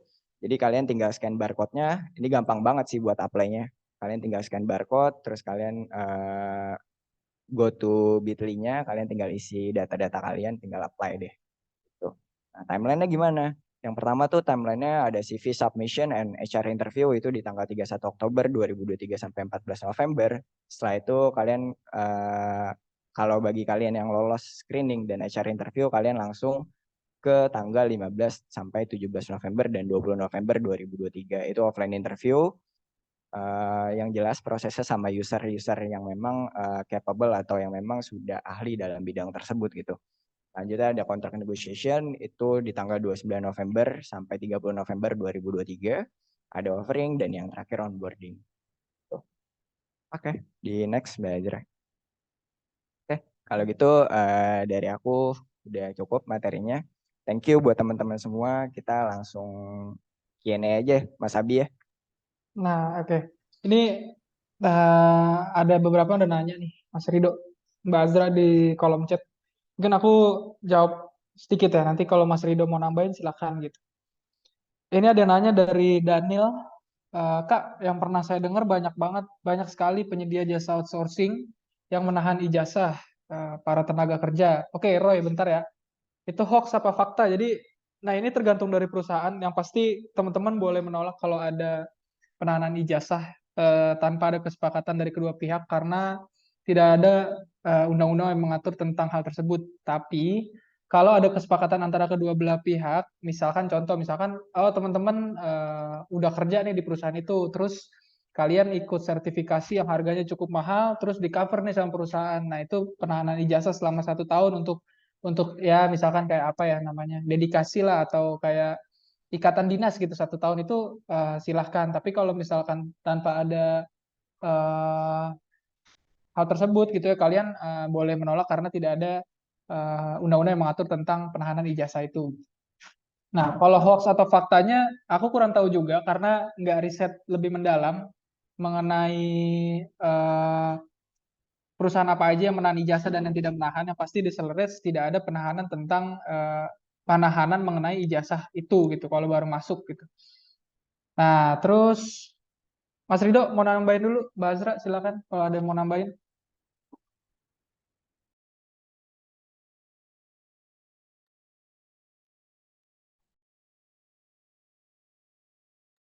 Oke, Oke, Mas Abi, aku boleh deh nambahin sedikit gitu. Kalau menurutku itu yang pasti depends on perusahaannya gitu ya. Apakah hoax atau fakta? Mungkin beberapa outsourcing juga ada yang melakukan seperti itu karena memang mereka minimize resiko gitu ya, atau meminimalisir resiko. Tapi jika memang ada, kalian harus tahu atas dasar apa melakukan penahanan ijazah itu gitu. Itu yang perlu kalian tahu sih. Jangan kayak ya udah nih karena semuanya cocok dengan gue, terus gue mau coba gitu. Jadi kalian harus tahu untuk dasar apa dulu. Gitu aja sih Mas Abi. Oke, Mas Rido, thank you. Ini aku coba jawab di ini ya, di pertanyaan selanjutnya dari Yohanes. Halo Kak, saya mau tanya apakah yang dimaksud outsourcing dan penerapannya bidang apa aja Kak? Nah, jadi tadi Mas Yohanes, tadi aku udah jelasin sedikit di depan mengenai outsourcing itu apa sih. Outsourcing itu adalah sebuah perusahaan yang menyediakan jasa, tapi itu dia pihak ketiga gitu sebagai status kontraknya. Jadi kita tuh penyedia jasa IT. Jadi misalkan Mas Yohanes apply nih ke perusahaan Accelerate terus sebagai web developer. Nah, nanti Mas Yohanes ditempatin di klien di perusahaan, misalkan perusahaan apa? Contohnya perusahaan A. Nah, itu dia nanti kita sebagai pihak ketiganya kayak gitu. Nah, kalau ditanya penerapannya di bidang apa itu banyak sih. Jadi nggak cuma IT, tapi non IT itu juga banyak. Kalau dari apa ya, dari yang aku tahu gitu ya, kayak misalkan admin, terus bahkan kayak cleaning service dan sebagainya itu juga banyak sih sebenarnya. Customer service itu juga banyak. Nggak cuma IT gitu, tapi kalau kita di Celeres itu khususnya di IT, baik di IT ataupun misalkan kayak yang nyerempet-nyerempet non IT lah, kayak project manager, terus technical writer. Tapi technical writer harusnya ke IT juga karena dia ngisi dokumentasi mengenai project di IT gitu. Nah, terus kalau yang dimaksud outsourcing itu apa? Tadi aku udah jelasin sedikit. Mungkin bisa gak ya kalau nanti Mbak Azra dikirim juga nih ininya apa namanya PPT-nya mungkin ya kali ya, atau gimana nanti Mbak Azra materinya, atau nanti teman-teman mungkin boleh follow Instagramnya Accelerate buat lihat apa aja nih mengenai penjelasan-penjelasan IT outsourcing ataupun kayak gimana sih mekanismenya kayak gitu. Oke, Mas Rido atau Mbak Azra ada yang mau nambahin? So far belum ada sih Mbak. Mas Abi gitu. Yang tadi Mas Abi jelasin udah cukup juga gitu. Mungkin aku mau next question aja gitu. Ini ada pertanyaan dari Indah Mas Abi. Jadi Kak saya mau tanya, jadi maksudnya kalau mau melamar ke Celeret bisa dapat bootcamp gratis gitu. Terus apa banyak industri yang terima entry level Kak? Gimana nih Mas Abi experience-nya about CAP? Mungkin boleh dijelasin dikit Mas Abi. Nah, ini berdasar CAP ya. CAP itu kan banyak yang entry level. Jadi buat teman-teman yang baru fresh grade gitu jangan jangan apa ya jangan jangan ngerasa berkecil hati karena banyak kok perusahaan yang membutuhkan entry level. Karena biasanya kalau entry level kita tuh bisa bisa ngelola bakat mereka tuh apa sih sebenarnya ada di dalam diri mereka. Terus kenapa kita ngejalanin ada CAP bootcamp itu juga karena banyak banget nih kebutuhan dari perusahaan yang ada di luar membutuhkan fresh grade ataupun entry level. Jadi kita buka lah tuh itu adanya namanya acceleration program gitu. Itu berasal dari demand yang ada di luar gitu. Terus bisa dapat bootcamp gratis gitu, ya benar, dapat bootcamp gratis. Cuma harus bersungguh-sungguh bootcampnya, nggak main-main gitu, karena nanti akan ditempatkan di perusahaan yang membutuhkan jasa kalian kayak gitu sih. Itu untuk entry level. Kalau jawabannya banyak atau enggak, banyak. Jawabannya banyak. Gitu Oke. Mas Rido. Oke, dan yang pasti kita juga punya asesor dan mentor yang ekspertis pada bidangnya gitu ya. Jadi mereka benar-benar bisa tersampaikan lah teknologi dan ilmu-ilmu yang memang trending pada saat itu atau sesuai dengan kebutuhan perusahaan gitu. Jadi kalian nggak usah takut nanti eh nggak diajarin gitu sama mentornya atau nggak diajarin sama asesornya gitu. Kita ke next question. By the way, thank you Oke. ini pertanyaannya dan teman-teman lainnya. Oke, teman-teman, mungkin karena antusias di kolom chat cukup rame gitu ya, cukup banyak. Mungkin aku mempersilakan 3 orang maksimal buat yang ingin bertanya langsung, boleh open cam dan boleh open mic-nya juga, bisa nanya langsung ke Kak Abi atau Kak Rido ya. Mungkin di sini udah ada Kak Roy. Halo Kak Roy. Ya, halo Kak. Mohon maaf nih baru bisa on cam soalnya khawatir soal sinyalnya dan apakah suaraku udah dengar Kak? Iya, aman Ya, terdengar. Oke, silakan Mas pertanyaannya. Oke, terima kasih atas waktunya juga dan dipersilahkan. Aku ada dua pertanyaan nih. Yang pertama terkait dengan di outsourcing itu kan terkadang ada celah soal keamanan data informasi nih. Nah, gimana sih cara perusahaan atau mungkin dari pihak outsourcing untuk mencegah keamanan soal data privasi perusahaan itu, entah itu berupa project perusahaan agar nggak disalahgunakan atau disebar gitu. Itu untuk yang pertanyaan yang pertama. Terus yang kedua ini kalau semisal aku ingin berkarir tech recruiter di IT sourcing sebagai pemula atau entry level ini apakah bisa sih berkarir di situ dan walaupun backgroundnya non IT ya dan apakah harus bisa paham IT juga. Itu aja sih, mohon tips dan arahannya, terima kasih. Oke, thank you Mas Roy. Mas Abi mau jawab dulu pertanyaan nomor 1. boleh, boleh. Aku coba jawab dulu ya pertanyaan yang pertama itu kan celah keamanan ya. Jadi kalau di kita di perusahaan IT itu biasanya yang pertama kali ketika akan diassign ke perusahaan gitu Mas Roy, itu akan ada surat pernyataan gitu mengenai non disclosure agreement yang tadi aku sempat sebutin itu mengenai pernyataan tentang kita akan menjaga tentang keamanan data itu. Nah, itu kalau dari sisi legalnya gitu, dari sisi agreementnya. Coba kalau dari sisi pengetahuannya atau knowledge si developer ini kita akan ngasih dulu nih induction di awal. Ketika mereka tanda tangan di kita, terus tanda tangan kontrak, kita akan induction dulu, kita akan jelasin dulu sebelum mereka onboarding gimana sih untuk menjaga keamanannya, keamanan data dan lain-lain. Yang pasti tentang keamanan data itu kita akan memberikan info di awal dan di tengah-tengah nanti kita akan nge-sharing juga nih, nge-sharing session mengenai eh, gimana sih security data gitu. Kita akan nge-infoin apa aja yang boleh disebarin, apa yang nggak boleh gitu. Karena ada beberapa kredensial yang mungkin biasanya nggak bisa disebar gitu. Jadi kita harus ngejaga privasi si data perusahaan itu gitu. Kalau untuk menghindari keamanan data itu yang pasti kita nggak bisa megang banget nih developernya karena mereka kan akan terjun langsung di sana. Tapi kita bisa meminimalisir hal tersebut dengan agreement dengan sharing session, sharing knowledge mengenai security data, dan kita juga pasti teman-teman akan diinfoin juga di klien ataupun di perusahaan untuk menjaga tentang keamanan data tersebut dan apa aja yang nggak boleh di-share ke publik gitu. Kayak gitu sih. Misalkan kayak nge-show, ngelempar ke GitHub gitu, sembarang itu nggak boleh biasanya. Jadi memang benar-benar dari perusahaan klien tuh biasanya mereka ada VPN, terus mereka juga RDP gitu, nge-remote desktop, jadi benar-benar aman sih biasanya kayak gitu. Dan dari kitanya juga nge-sharing-sharing tentang pengetahuan security data, kayak gitu Mas Roy, kurang lebih. Kalau boleh tahu, Mas Roy di saat ini lagi kerja di IT atau gimana? Kalau aku lagi posisinya lagi magang Kak, tapi bukan di Oh, non IT sih. oke, oke. Oke, pertanyaan kedua nih, tech recruiter ya. Mungkin ini lebih ke Mas Rido nih, bisa jawab nih. Oke, kalau untuk tech recruiter apakah bisa entry level gitu atau mungkin nggak paham terkait kebutuhan IT gitu, nggak paham skill-skill IT? Jawabannya boleh banget sih Mas Roy. Jadi sebenarnya juga kita punya beberapa tech recruiter yang memang untuk levelnya sendiri itu entry level. Jadi sebenarnya kalau memang mereka nanti paham terkait skill-skill di bidang IT atau teknologi-teknologi yang dibutuhkan atau teknologi yang sedang demand, itu menjadi poin plus sih untuk mereka gitu. Soalnya aku pun kalau boleh jujur itu seiring berjalannya waktu bekerja di IT outsourcing dan menjadi tech recruiter itu learning by doing sih kalau bahasanya Mas Roy. Jadi sambil berjalan kita juga belajar terkait skill-skill IT, kita belajar terkait teknologi trends gitu. Jadi kalau ditanya bisa apa enggak, bisa untuk entry level gitu Mas Roy.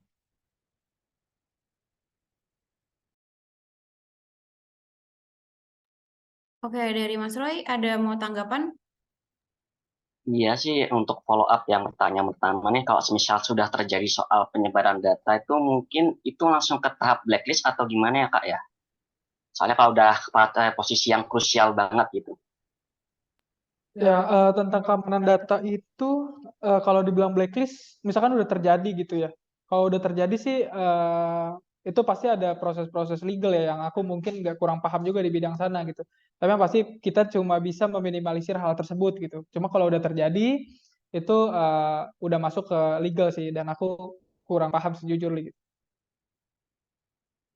Oke, Oke, Oke, kalau dari aku makasih udah paham, untuk Kak. Kak Roy pertanyaannya ya. Kita bisa next lanjut ke eh, perta- pertanyaan selanjutnya. Ada 2 orang yang udah yang mengajukan pertanyaan. Mungkin boleh Kak Teresa ya.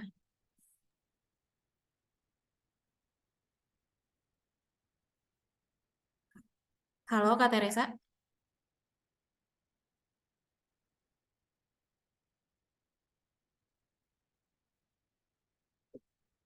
Suaranya belum ada nih Kak Teresa.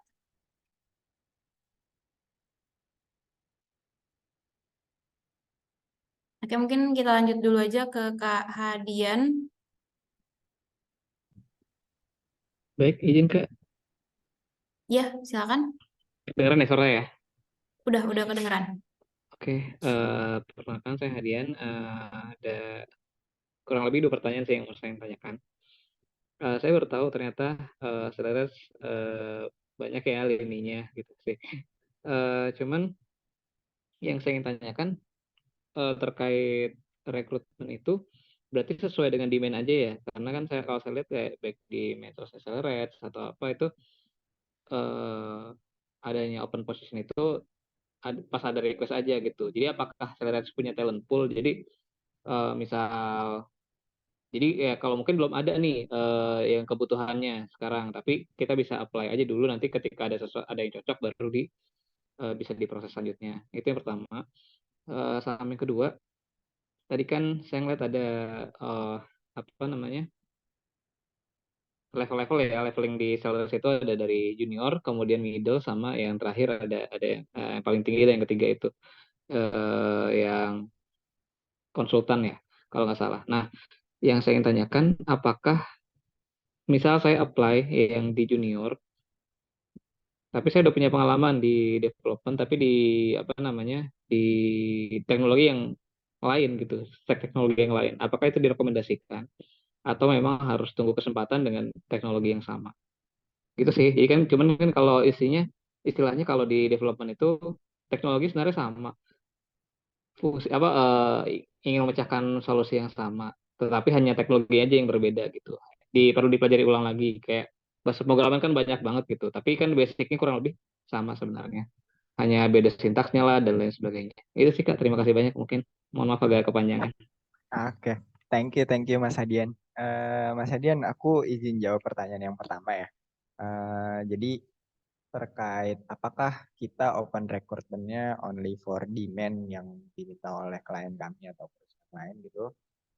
Jawabannya belum tentu Mas Hadian, karena yang tadi Mas Abi juga udah sempat jelasin, karena selain on demand kita juga punya Accelerate Acceleration Program, itu juga kita open for recruitment, dan selain itu kita masih punya project-project internal yang perlu dibuat atau mungkin dikembangkan nantinya, dan pasti itu kita butuh resource-nya gitu, sehingga kita perlu open position untuk resource-resource yang memang di internal kita itu belum bisa menyesuaikan atau belum bisa memfulfill resource tersebut gitu atau SDM tersebut itu Mas Adian.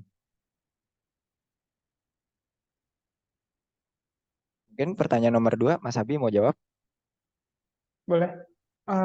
Oke, pertanyaan kedua tadi mengenai talent consultant ya, kalau nggak salah. Jadi Mas Hadian ini udah senior, udah lebih dari 4 tahun gitu ya di stack yang lain, tapi pengen apply ke sini posisi junior, apakah akan dipromot ke konsultan atau enggak gitu ya. Nah, jadi kalau kita ketika di sini kita lihat dulu nih, yang pasti ada cycle mengenai performance appraisal ataupun performance management system, yang mana kita akan menilai dulu dari segi kinerja mereka di klien, customer feedback dan sebagainya. Kita akan nilai dari 360 derajat. Jadi kita pakai metode 360 untuk nilai teman-teman developer yang ada di sini. Nah, kalau misalkan Mas Hadian apply ke sini sebagai junior, ya itu bisa. Misalkan stacknya tadi aku udah sempat lihat ya di chat ya. Sekarang Laravel gitu, terus nanti apply di Node.js itu bisa. Nah, cuma nanti kalau misalkan masuk ke sini untuk jadi talent consultant, untuk dipromot ke konsultan tersebut, kita perlu lihat kinerja dulu selama mungkin 1 tahun. Kalau misalkan ternyata, oh ternyata Mas Adian capable-nya tinggi nih, sangat-sangat bagus banget nih kerjanya, bisa kita nanti promote kayak gitu. Nah, cuma kalau misalkan tadi pertanyaannya untuk apply di Node.js gitu, itu bisa sih Mas Adian, karena kan secara stack harusnya kalau udah bisa basic pemrograman nanti belajarnya bisa lebih cepat gitu. Yang penting ketika pas interview ataupun nanti interview dari Mas Rido itu lolos screening, terus di interview user itu lolos dari usernya, itu bisa sih harusnya ketika memenuhi requirement dari si klien kita kayak gitu sih kurang lebih Mas Adian.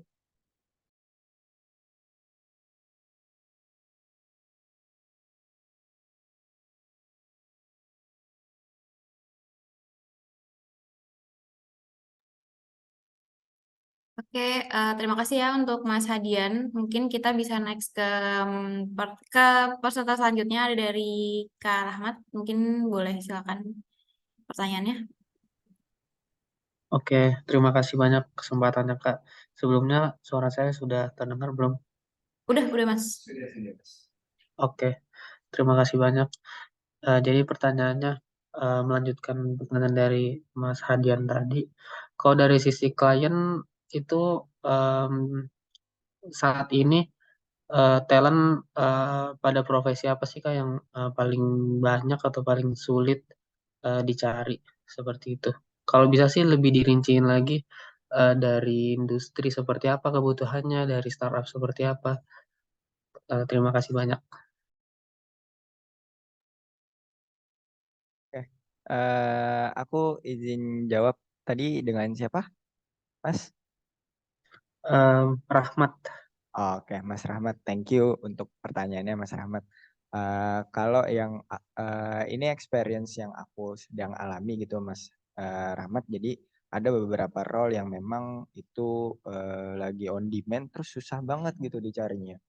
Nah, mungkin salah satunya ada back end developer, itu ada dari frameworknya ada .NET dan ada Java juga. Nah, kedua itu satu role tapi dengan framework yang berbeda gitu. Kedua-duanya sangat bukan sangat sih, agak susah untuk dicari gitu dan agak sedikit untuk yang tersedia untuk talent-talentnya gitu, Mas Rahmat. Jadi mostly sih untuk developer tersebut di agak variatif sih untuk industri yang butuh mereka gitu. Biasanya seperti manufacturing, terus logistik itu perusahaan-perusahaan seperti itu yang membutuhkan role-role tersebut gitu. Dan mungkin untuk kebutuhan yang agak sulit dicari itu sebenarnya selain depends sama framework ataupun role gitu, itu depends sama level juga. Jadi kalau memang level senior, jadi kita perlu agak sulit juga effortnya gitu. Jadi perlu effort lebih lah untuk reach out mereka atau approach mereka gitu. Versi yang aku lagi sedang jalani itu sih Mas, role dan frameworknya. Mungkin ada tambahan dari Mas Abi. Ya, mau nambahin sedikit. Kalau dari role yang susah dicari itu benar tadi di framework.NET pakai C# gitu itu agak sulit ya, apalagi kalau misalkan permintaannya senior. Nah, terus kalau dari ada lagi tuh yang susah SAP itu susah sih nyarinya, apalagi dia butuh senior karena kan biasanya orang-orang yang bisa SAP itu dia udah pernah belajar ataupun dia bekerja di perusahaan yang memang pakai lisensinya SAP gitu. Nah, terus kalau yang demand tinggi banget tuh di data engineer, data analis, terus di bahasa itu biasanya di PHP, terus React.js di front end itu cukup banyak permintaannya Mas. Jadi kalau di Celerits itu paling banyak jadi hampir sama sih 50-50 lah di data sama software. Cuma yang paling banyak sampai saat ini di data engineer itu banyak banget sih kebutuhannya karena stack mereka biasanya nggak sebanyak si software gitu, bahasanya tuh nggak sebanyak software kayak misalkan pakai Hadoop terus Python pakai PySpark gitu, nah terus pakainya Hive gitu-gitu sih, terus pakai Pentaho misalnya untuk ETL ataupun pakai tools-tools lainnya. Nah, cuma kalau software itu banyak kan variatif, dia ada bahasanya beda-beda, back end pun banyak, software engineer kan banyak banget ya, front end juga banyak banget gitu. Tapi kebutuhan itu tetap kita sesuaiin dari kalau aku lihat gitu ya. Itu paling banyak sih data engineer, bener, terus data analis, terus di software tuh saat ini Golang lagi turun lagi, Java itu lumayan banyak, .NET juga banyak sih. Nah, cuma kalau Java dan .NET banyak kan di banking sih biasanya, karena nggak tahu kenapa ya, tapi yang pasti Java dan .NET tuh lebih settle harusnya dibanding kayak misalkan pakai PHP kayak gitu. Nah, cuma saat ini juga di Celeres ada project yang lagi pakai PHP sih gitu. Nggak, jadi nggak menutup kemungkinan memang memang banyak juga gitu PHP kayak gitu sih, Mas. Oke, terima kasih banyak Mas Rido dan Mas Abi. Siap, sama-sama Mas Rahmat. Thank you juga Mas Rahmat. Mungkin dari teman-teman lain ada yang mau bertanya, kita lewat ini aja ya, lewat apa? Open cam dan open mic.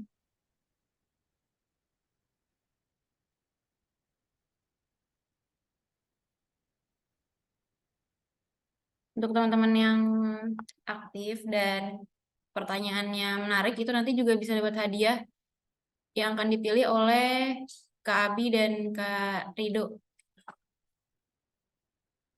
Silakan Kak Yohanes, pertanyaannya. Boleh open kameranya ya.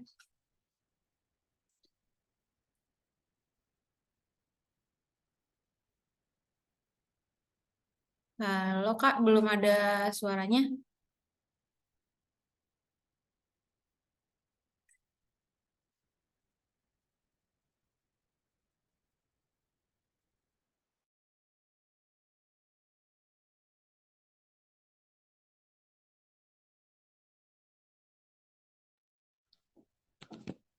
Halo Kak, izin bertanya. Ya, silakan Kak. Saya ingin bertanya, kalau misalnya saya apply bagian database administrator, itu tesnya tuh offline atau online, Kak? Tesnya online atau offline atau online? Oke, aku coba jawab ya, nanti Mas Rido boleh tambahin. Kalau yang offline atau online-nya, kita biasanya tuh online Mas, kalau dari si kliennya. Database administrator kita juga lagi ada nyari sebenarnya, cuma nanti Mas boleh apply, boleh nanti dicek aja di Instagram atau di LinkedIn, itu nanti interviewnya online sih Mas, dari kita ataupun dari user nanti itu online. Nah, yang tadi Mas Rido sempat infoin itu untuk yang working interview yang offline itu interview yang non IT Mas, yang tadi posisinya sales dan lain-lain kayak gitu sih. Tapi kalau memang nanti Mas mau apply di database administrator itu interviewnya online Mas. Seperti itu. Nanti kalau Mas Yohanes mau apply, boleh kirim CV-nya ke talent.acquisition@celereds.co.id. Mas Yohanes. Ya, makasih Bang. Makasih Kak. Oke, sama-sama Mas Yohanes. Kita masih ada waktu sekitar 7 menit lagi. Dari teman-teman yang lain, kalau masih ada yang mau tanya seputar Accelerate, seputar hiring yang sedang kita buka, silakan, mumpung ini waktunya juga untuk bertanya ya. Oke, Kak Teresa, mungkin tadi ada gangguan. Sekarang udah aman kah? Boleh nyalain kameranya ya.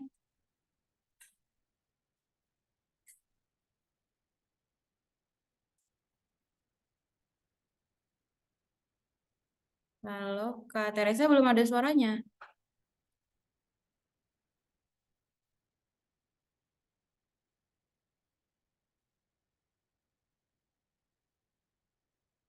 Oke, mungkin kita next dulu nih ke teman-teman yang lain. Masih ada yang mau bertanya?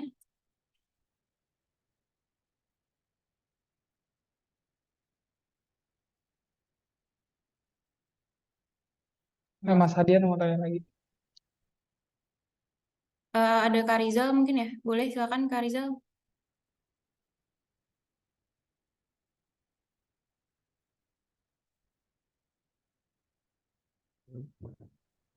Halo, selamat malam Kak. Iya, Suaranya ada nggak ya? udah aman Mas. Oh, oke, baik Kak. Saya Rizal Kak, izin tanya. Mungkin em, minta sekedar saran kali ya. Karena tadi kalau nggak salah Mas Abi sempat switch karir juga ya. Eh, Kebetulan sudah ada pengalaman kerja, lalu ingin switch karir. Kira-kira kalau switch karir itu lebih baik mendaftar sesuai pengalaman kerja sebelumnya atau yang junior dulu ya Kak? Kebetulan tadi juga di apa ya posisi yang sedang dibuka Selaret itu kebetulan ada yang minat gitu. Jadi mungkin eh, mohon tips dan pencerahan. Baik, terima kasih Kak. Oke, Mas, sebelum mau tanya, Masnya developer mau pindah ke non developer atau gimana Mas? Eh, Kalau IT support itu maksudnya apa ya? IT IT support, oke. ya, IT support Terus, pengen ke data analis ya Kak. oh, oke. Ya. Kalau ini saranku ya, karena kan kita beda switch-nya. Jadi kalau Mas kan masih di ranah IT gitu. Kalau aku kan switch-nya dari IT, terus switch ke manajemen gitu. Bener-bener nggak ada IT-nya, tapi kerjanya di bidang IT gitu. Di perusahaan yang nyalurin resource IT gitu. Cuma kalau dari IT support ke data analis harusnya harusnya bisa lebih mudah Mas, karena harusnya bisa lebih mudah gitu daripada pindah jalur kayak misalkan dari developer ke talent acquisition. Biasanya adaptasinya lebih lebih sulit gitu. Cuma kalau misalkan Mas dari IT support, itu kan udah megang hardware ya, biasanya IT support hardware. Kalau data analis itu kan tools di softwarenya. Nah, mungkin Mas bisa mulai dari bootcamp ataupun kursus-kursus online untuk bisa tajemin lagi pengetahuan tentang data analis, misalkan kayak pakainya tuh biasa Tableau atau Power BI misalkan. Nah, itu Mas bisa bisa pelajarin tentang itu terus apply ke bagian yang data analis. Karena banyak juga posisi untuk yang fresh grade dan kita lihat ketika dia ada pengalaman bootcamp dan sebagainya ataupun mungkin Mas bisa magang dulu di data analis itu juga bisa gitu Mas. Tapi kalau misalkan move-nya ke non IT gitu, itu mungkin lebih ke arah Masnya berminat banget gak nih ke kalau misalnya udah jadi developer atau jadi di IT tapi pindah ke manajemen misalkan. Nah, itu tergantung dari diri Masnya lagi, entah nanti Mas di approach sama perusahaannya atau Mas yang apply ke perusahaan yang Mas pindah tersebut kayak gitu sih. Jadi lebih ke tajemin toolsnya aja karena Mas kan udah di IT dan Mas juga udah sedikit sedikit tahu mengenai hardware. Terus kalau ditajemin lagi di softwarenya, Mas bisa belajar tentang si toolsnya. Kalau yang aku tahu sih Tableau, terus Microsoft tuh pakai Power BI gitu. Itu bisa sih Mas kalau di data analis. Karena demand-nya juga cukup tinggi Mas data analis. Gitu. Kurang lebih gitu sih Mas kalau dari aku.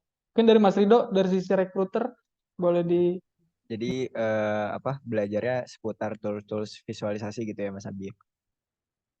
Oke, kalau pertanyaannya dimulai dari mana, kayaknya bisa juga Mas dimulai dari kurs-kurs atau dimulai dari training session yang kayak online gitu ataupun offline itu bisa dimulai kayak gitu. Tapi kalau memang Mas Rizal nggak sabar gitu kayak pengen mulai langsung prakteknya nih. Padahal di kurs juga ada prakteknya atau training session juga ada prakteknya, tapi mungkin secara experience kurang juga gitu Mas. Jadi Mas Rizal bisa langsung mulai dari level fresh grade atau level entry level Mas gitu. Kayak gitu sih kalau untuk mulainya. Mungkin kalau untuk tipsnya bisa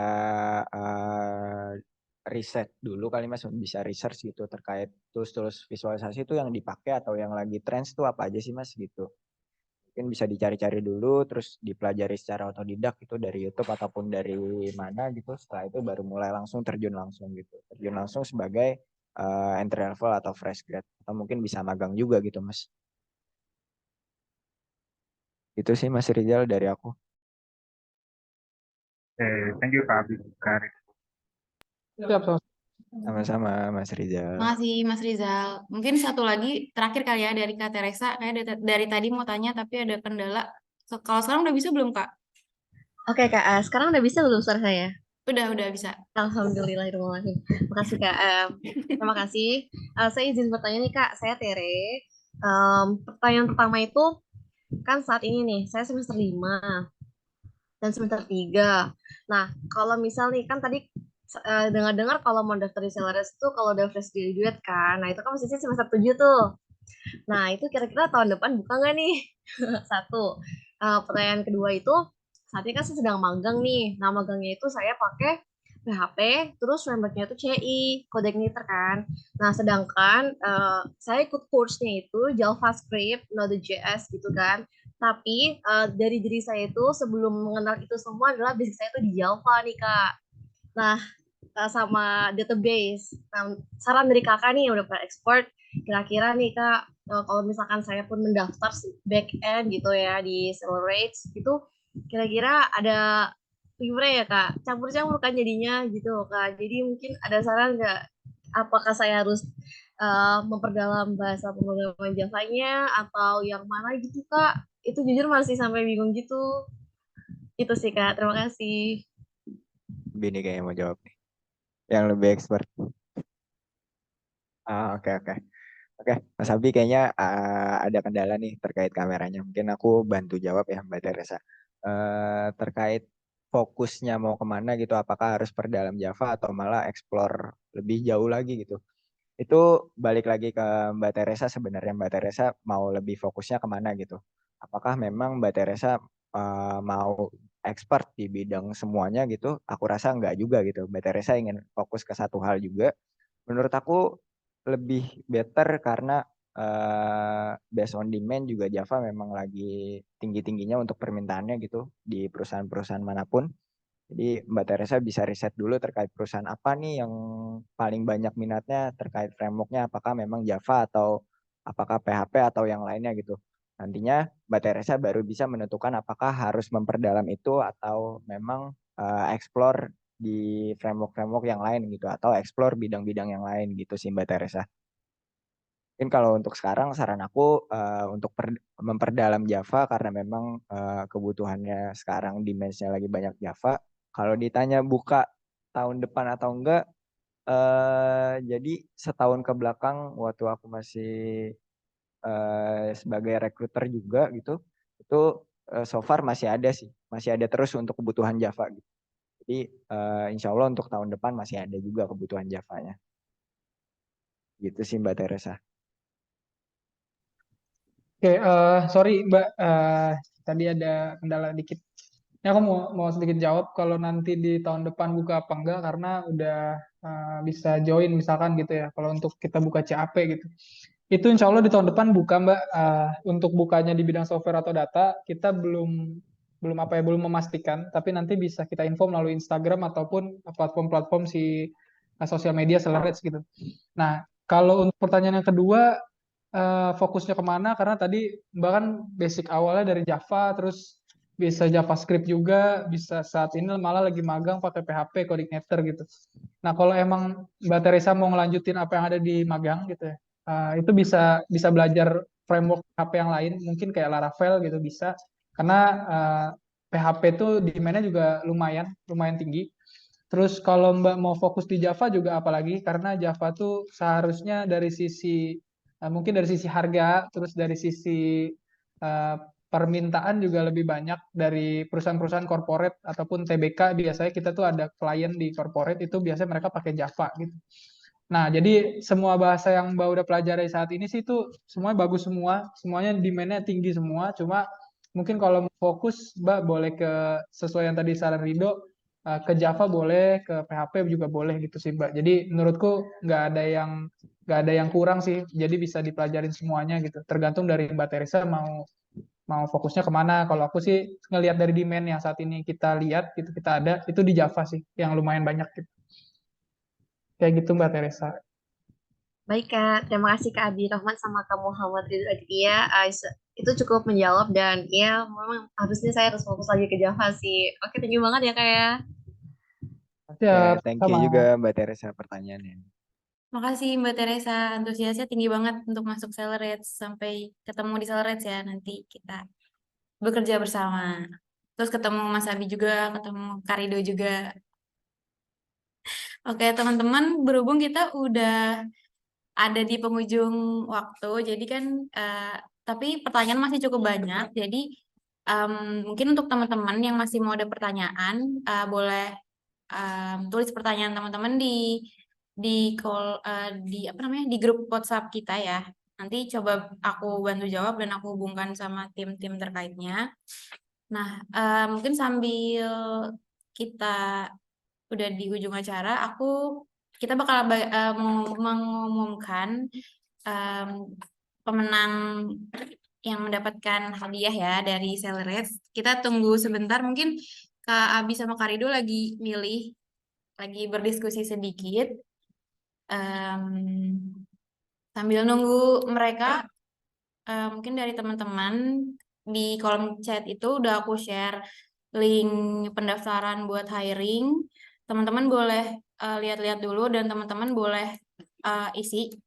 Selanjutnya ada form absen juga yang teman-teman bisa isi ya buat pengiriman sertifikat gitu. Dan terima kasih juga untuk teman-teman yang udah bertanya untuk partisipasinya. Dan untuk hadiahnya nanti itu kita ada voucher GoPay senilai 150.000 untuk 3 orang pemenang. Jadi di sini Kak Abi udah muncul lagi. Jadi sudah eh, apa ya sudah diputuskan untuk teman-teman yang belum menang nggak apa-apa, nanti kita ikut seseruan lagi ya. Jadi aku mau memberi selamat dan terima kasih untuk Kak Hadian, Kak Rahmat Wahyu dan Kak Teresa yang udah berpartisipasi. Selamat ya, kalian dapat voucher GoPay senilai 50.000 dari Celebrates. Nanti aku akan kontak kalian buat minta tolong dikirimin data diri kalian. Oke, mungkin aku mau ngucapin lagi-lagi terima kasih. Mungkin aku minta closing statement sedikit aja dari Kak Rido, dari Kak Abi. Silakan. Oke, mungkin closingnya buat teman-teman semua yang lagi entah mau cari kerja atau mau switch karir gitu ya. Mungkin tetap semangat, jangan apa ya, jangan berkecil hati gitu. Masih banyak platform-platform yang bisa dijadiin sarana buat belajar bootcamp. Terus bisa banyak juga perusahaan-perusahaan IT outsourcing ataupun perusahaan IT yang banyak lagi nyari jasa-jasa kalian gitu. Kalau misalkan kalian memang sangat-sangat berminat untuk di bidang IT gitu, itu nggak menutup kemungkinan untuk kalian bisa berkarir dan eh, menjadi ekspertis di bidang tersebut kayak gitu sih dari aku kurang lebih.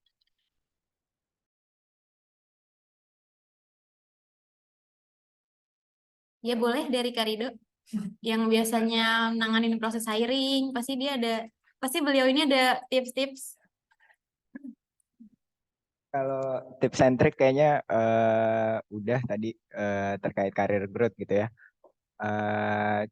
Mungkin closing statementnya mau ngingetin lagi kalau kita dalam waktu dekat ini mau adain Celebrate hiring event. Jadi harapan aku yang mostly yang ada di sini bisa hadir ke dalam acara tersebut atau bisa daftar ke acara tersebut gitu, karena dari kalian gitu mungkin ada beberapa yang kita nggak tahu kemampuannya memang cocok dan culture-nya juga cocok terhadap Celebrate gitu, jadi bisa sama-sama berkembang, dan bisa sama-sama growth bareng gitu. Itu sih, thank you semua. Oke, terima kasih ya teman-teman untuk waktunya. Semoga webinar malam hari ini nambah insight baru, nambah informasi teman-teman mengenai perusahaan IT, terus mengenai jenis perusahaannya yaitu di bidang outsourcing, apa tadi bedanya sama yang di in-house, kita udah sama-sama belajar, udah sama-sama diskusi juga. Terus ada opportunity juga buat teman-teman yang udah kita share, semoga nanti bisa yang emang berjuang di Celebrate, semoga bisa gabung di Celebrate. Mau connect LinkedIn, boleh, mungkin Kak Abi atau Kak Rido. Silakan dicari aja, nama mereka sudah ada di sini. Oke, terima kasih ya teman-teman. Selamat istirahat dan selamat malam. Terima kasih juga buat Kak Abi dan Kak Rido. Semoga kita bisa ketemu di acara-acara selanjutnya. Siap, thank you semuanya teman-teman yang udah hadir. Untuk Mbak Azra nanti boleh kirim ulang tuh ya absennya, tadi ada yang minta kirim ulang absennya. Oke, nanti materi sama absennya aku kirim ulang ya. Oke. Oke, thank you semuanya, bye bye.